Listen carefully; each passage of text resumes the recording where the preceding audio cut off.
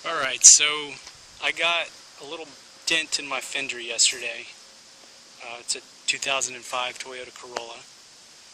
And I'm going to try to pop the dent out with my wife's hair dryer. Save a little bit of money, hopefully not have to go to a body shop.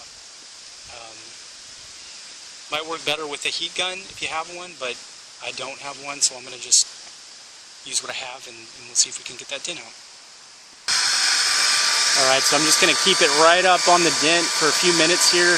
Try to let the bumper get real warm and hopefully pliable, and then try to pop it out. Alright, so if we had it on there for about 2.5 minutes, I'm going to go ahead and try to pop it out now.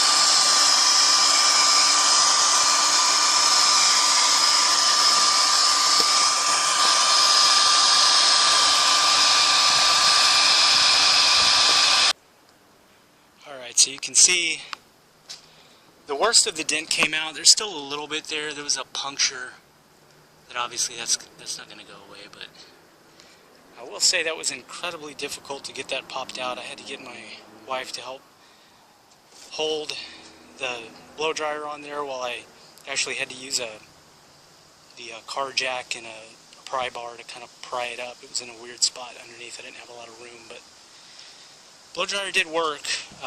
If it didn't work, I would have tried the boiling water, but, you know, looks like I got the worst of it out.